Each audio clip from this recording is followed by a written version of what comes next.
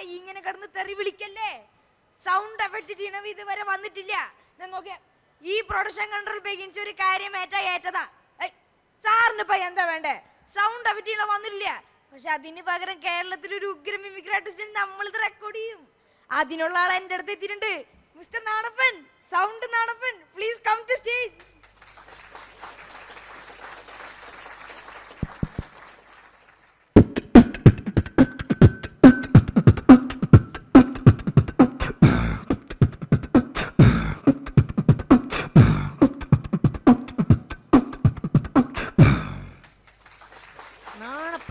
Sound Nanappan കളിക്കില്ലേ? അത് കലക്കി.